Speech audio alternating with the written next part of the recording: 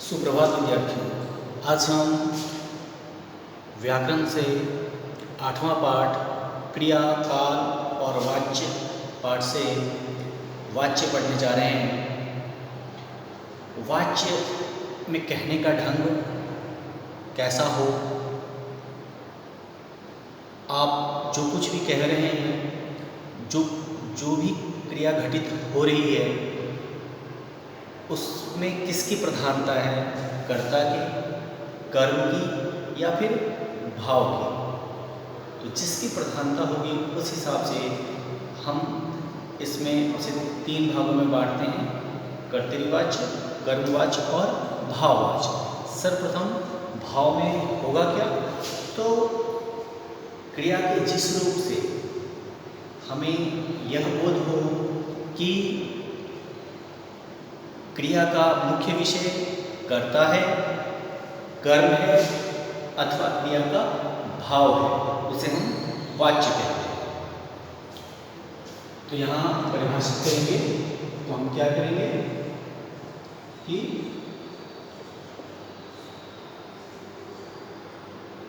क्रिया के जिस रूप से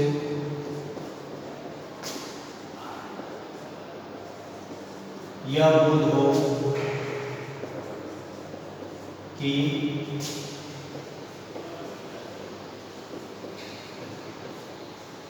क्रिया का विषय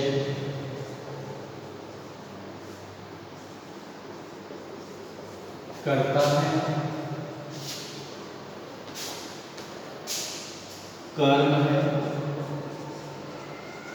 या क्रिया का भाव है।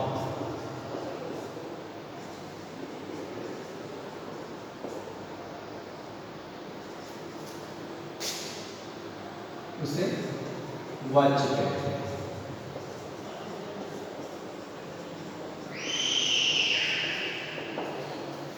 अब हम क्रिया के भेद की बात करें तो क्रिया के भेद में कर्तृवाच्य, कर्मवाच्य और भाववाच्य। ये इस कारण से हुआ क्योंकि जो क्रिया का विषय है हमें ये देखना है कि यदि कर्ता है, जैसा कि यहाँ पर है माधव शोर नहीं करता है, तो कौन शोर नहीं करता है, तो माधव। इसीलिए ये माधव और केशव शोर करता है, तो एक्शन करने वाला कौन है, केशव है। तो इसमें मुख्य जो है वो कौन है, कर्ता। इस कारण से यह कर्तृवाच्य का उदाहरण है। अब हम दूसरे भेद कर्मवाच्य की बात करें तो कर्म में किसकी प्रधानता होगी, कर्मवाच्य में कर्म की प्रधानता होगी, यानी जो क्रिया का विषय है वो कर्ता ना होकर क्या होगा, कर्म होगा। कर्म आप सब जानते हैं कि क्रिया का प्रभाव जिस पर पड़ता है वो कर्म है।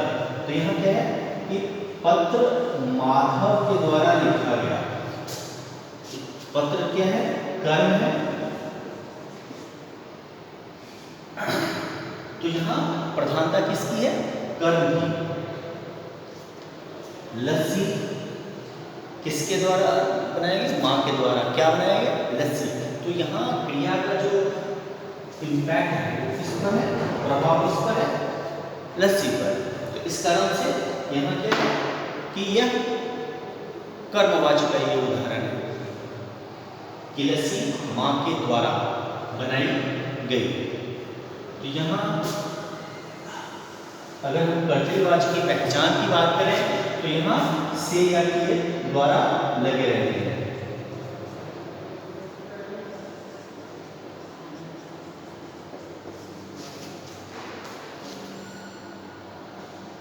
अब हम इसके तीसरे भेद की बात करेंगे तो तीसरे भेद में भाववाच्य यानी भाव, फीलिंग की बात, कि क्रिया का जो प्रभाव है, क्रिया का जो मुख्य विषय ना तो कर्ता होगा न कर्म होगा, क्या होगा, भाव होगा, तब वह भाववाचक संज्ञा भाववाच्य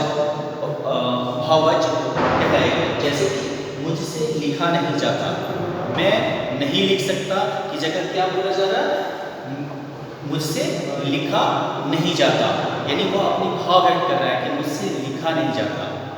मैं लिख नहीं सकता, ये नकारात्मक वाक्य नहीं है। यहाँ अंतर आप ध्यानपूर्वक देखें कि मुझसे लिखा नहीं जाता।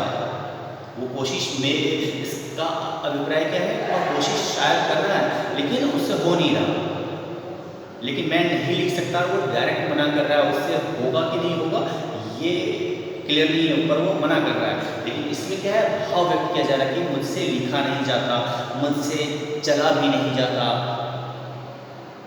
तो अब चला जाए, उससे चला भी नहीं जाता। तो इस तरह के जो भाव व्यक्त करने के कारण यह भाववाचक का उदाहरण है। यहाँ इस पर आप ध्यान दें, एक्शन जो है वो दूसरे तरीके से भाव व्यक्त करने का बोध यहाँ हो रहा है, इस कारण से यह भाववाचक उदाहरण है। तो पहले विद्यार्थियों, अभी हमने देखा कि क्रिया के वाचक के जो 3 भेद हैं, कर्तृवाचक, कर्मवाचक और भाववाचक। कर्तृवाचक में जहाँ कर्ता की प्रधानता होगी, क्रिया का मुख्य विषय कर्ता होगा। कर्मवाचक में क्रिया का मुख्य विषय कर्म, जैसा कि यहाँ हमने देखा। और भाववाचक में भाव की प्रधानता होगी, न तो क्रिया की प्रधानता होगी, न कर्ता की प्रधानता होगी, न कर्म की प्रधानता होगी, बल्कि किसकी प्रधानता होगी, तो भाव की प्रधानता होगी। इस प्रकार यह वाच्य जो टॉपिक है यह बहुत ही सरल है। इसमें आपको कोई परिभाषाएं परीक्षा में नहीं पूछी जाती हैं, जिसमें आपको बदलने के लिए दिया जाता है। जैसे कर्तृवाच्य है, उसको कर्म में कैसे बदला जाएगा, कर्तरी अथवा कर्मवाच्य उसको भाव में कैसे बदला जाएगा, और भाववाच्य के जो उदाहरण है उसको कर्म अथवा कर्ता में कैसे बदलेंगे। जैसे उदाहरण के लिए यहाँ देखें तो जैसे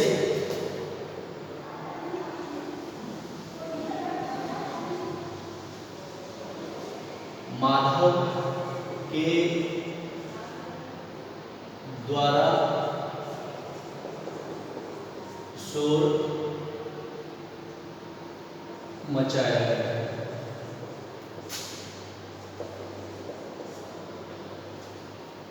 अब यहाँ क्या होगा, हमने के द्वारा लगा के कर्मवाचक बनाया, या हम इसको इस तरीके से भी कह सकते हैं कि शोर माधव के द्वारा मचाया है। तो दोनों ही तरीके से आप इसमें लिख सकते हैं। अब ये उदाहरण है कर्मवाचक का, इसको हम कर्तृवाचक में कैसे बदलेंगे, तो पत्र राघव के द्वारा लिखा गया, इसको हम कैसे कर सकते हैं कि राघव ने पत्र लिखा। इस तरीके से आप बना सकते हैं कि राघव ने पत्र लिखा, इसको हम इस रूप में भी बदल सकते हैं, या ये ऐसा है तो ऐसा लिख सकते हैं। जैसे माँ ने लस्सी बनाई। अब ये कर्तृवाच्य हो गया, अब इसी को बदलना होगा तो हम इस रूप में बदलेंगे। तो आप इसे ध्यानपूर्वक देख सकते हैं कि कर्तरी से कर्म से कर्तरी में कैसे बदलेंगे और कर्तरी से कर्म में कैसे बदलेंगे। अब है भाव कि मुझसे लिखा नहीं जाता, इसको कर्तरी में बदलना हो तो क्या ऐसे कहेंगे कि मैं नहीं लिख सकता, या मैं लिख नहीं सकता।